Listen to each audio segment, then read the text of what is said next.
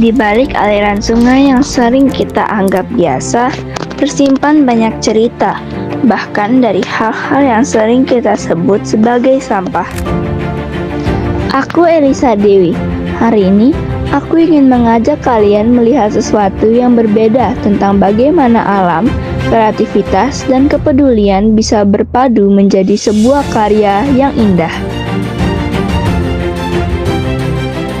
Langkah kaki ini membawaku untuk bertemu dengan sosok inspiratif Pak Sarmili atau yang akrab disapa Babe Sarmili.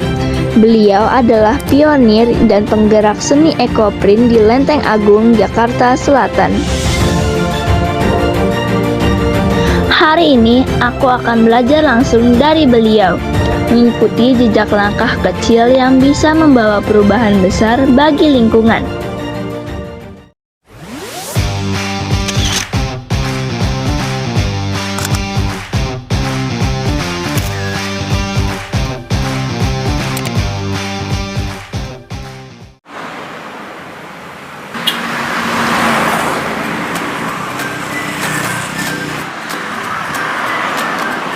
Hai guys, sekarang aku lagi ada di Lenteng Agung dan hari ini aku akan bertemu dengan Ketua KPC Komunitas Peduli Ciliwung Lenteng Agung. Yang menarik, dia memiliki skill untuk membuat ekoprint. Kalian penasaran nggak sih? Yuk ikutin aku.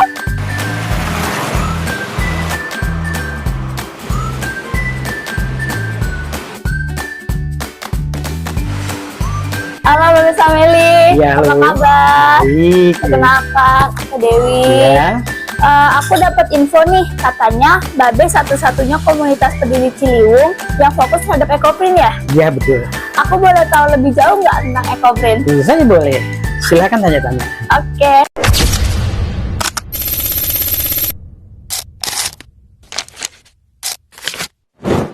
Beh, kalau pembuatan ekoprint itu biasanya berapa lama sih?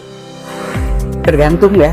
Tergantung dari lebar kainnya, terus pemakaian daunnya. Semakin kecil, makin lama dalam hal penataan. Oh, kalau daunnya kecil berarti ya? Atau... Ya. Oke. Terus berarti biasanya dipakai di kain-kain ya? Umumnya ya. Tapi ada juga ekoprint sekarang ini dibuat dalam bentuk mug, Oh, porselin. mug berarti Ya, kayak tempat gelas. minum. Tempat Ya. minum. Oh ya, gelas berarti ya. Itu sudah ada yang mempelopori pembuatannya. Ya. Berarti itu dari tanah liat kan berarti ada Iya, ya, dari tanah dulu. liat dilapisin, Terus baru nanti Dicetak. pakai cetak. Oh, iya. Biasanya kalau mug itu Babe pernah bikin? kalau itu belum. Belum. Babe selama ini baru di kain. Oh, di kain. Oke. Kalau kain yang cocok nih buat ekoprint tuh kainnya kayak gimana sih? Kayak halus, kasar atau gimana?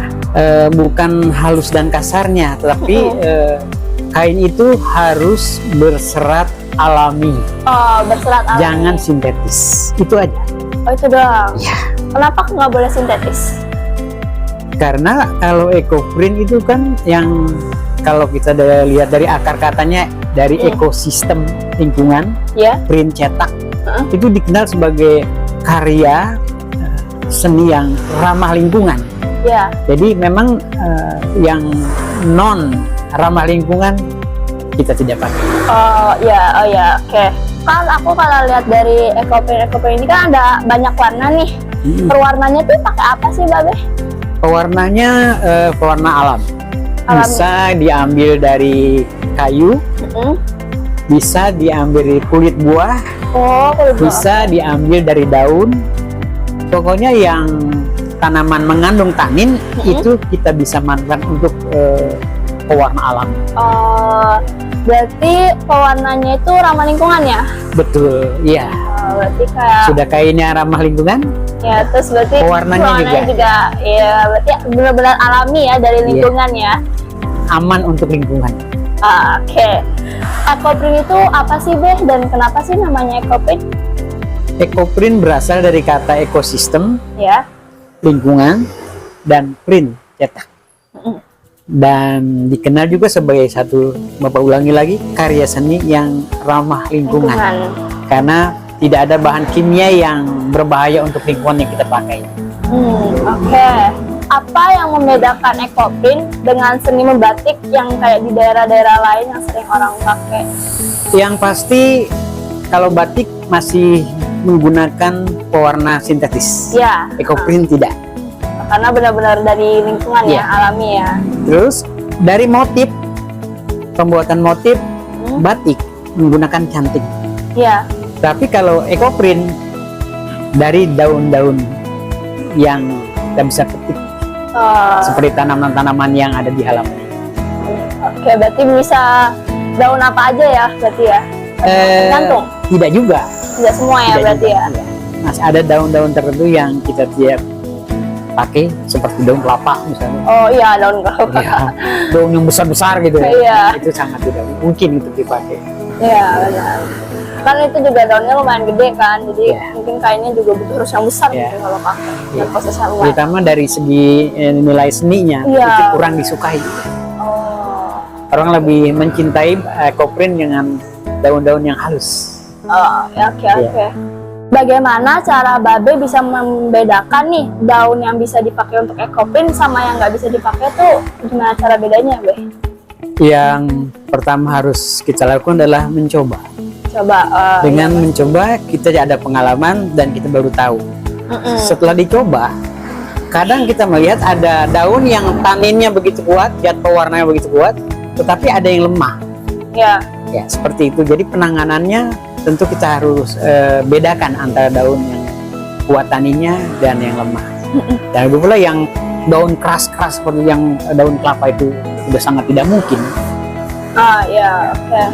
Kegiatan apa aja sih yang udah dilakuin Babe di komunitas Peduli Ciliwung ini atau mungkin biasanya? Kalau kegiatan di lingkungan, Babe ini pernah mengelola pengolahan sampah 3R. Oh. Itu kurang lebih selama 7 tahun. 7 tahun? Ya. Wah, lama sekali.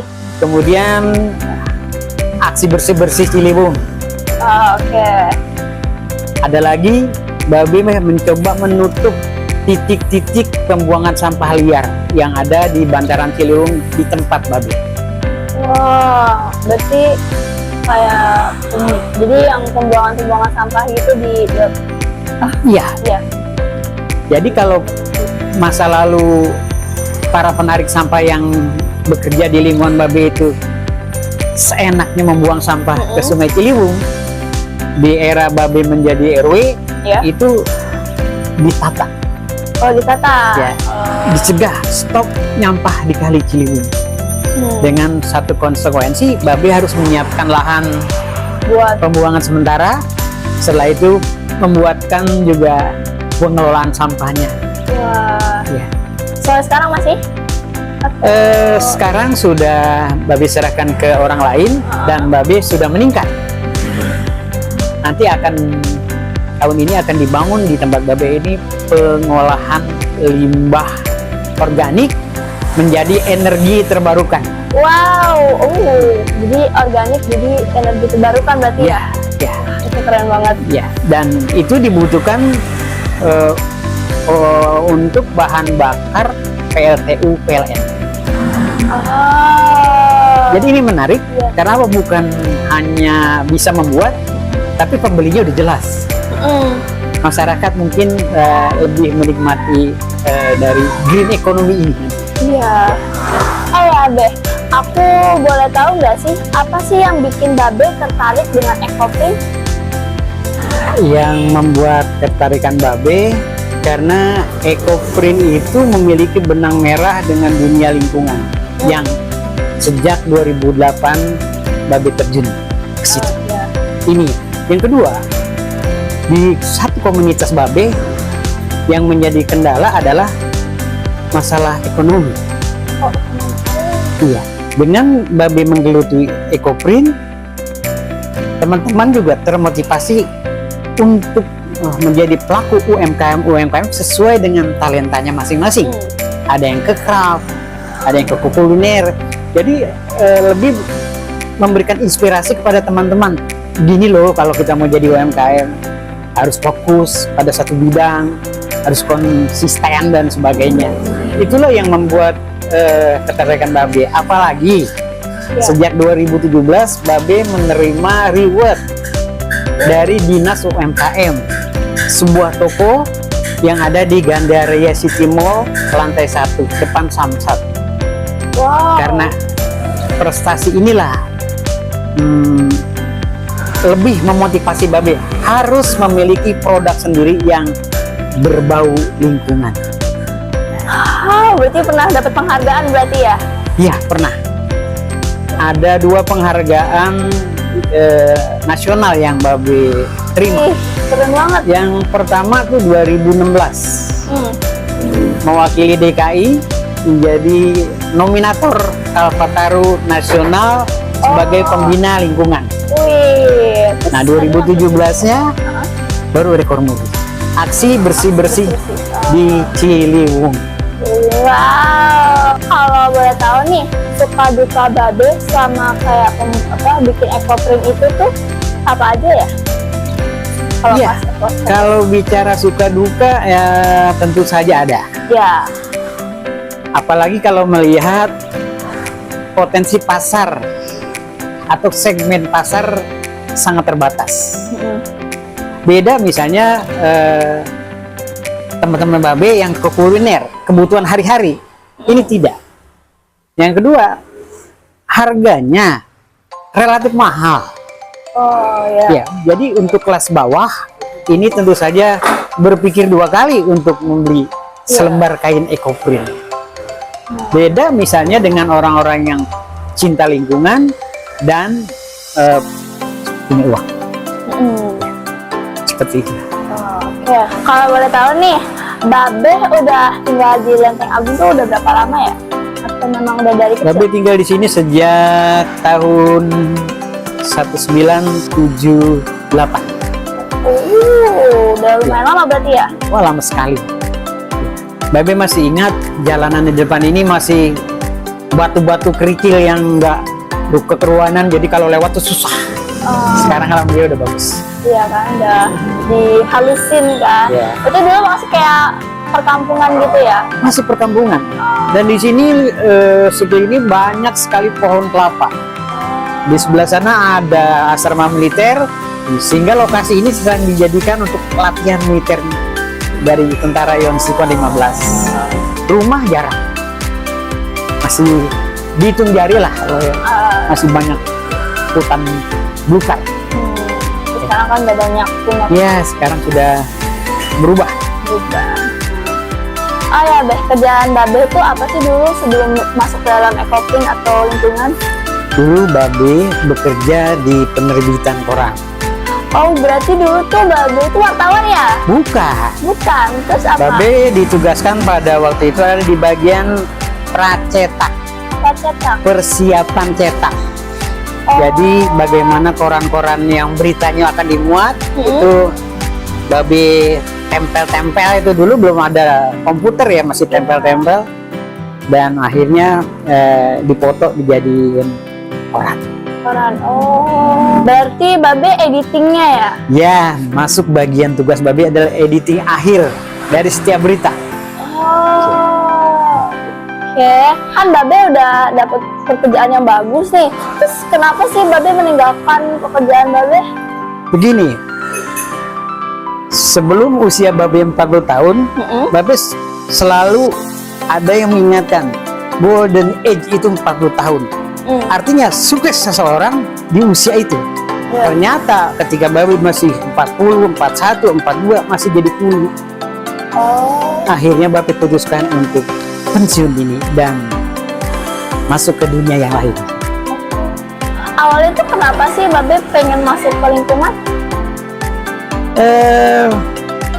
Babe sebetulnya dapat uang pisah, uang kebijakan, uang kerehiman dari perusahaan itu besar banget. Dan Babe yakin Babe bisa berusaha dengan modal sebesar itu. Tapi ternyata nggak mudah. Mengelola uang bukan persoalan mudah. Karena Babe ditempa selama 28 tahun itu menjadi pekerja. Jadi mindset pengurusanya nggak ada. Nah di situ yang Babe coba mengubah lebih baik mindset ini diubah. Belajar dulu, ilmunya baru terjun. Dan kebetulan Babe memilih Lingkungan. lingkungan. Berarti Babe udah mikir depannya pengen ekoprim ya berarti ya?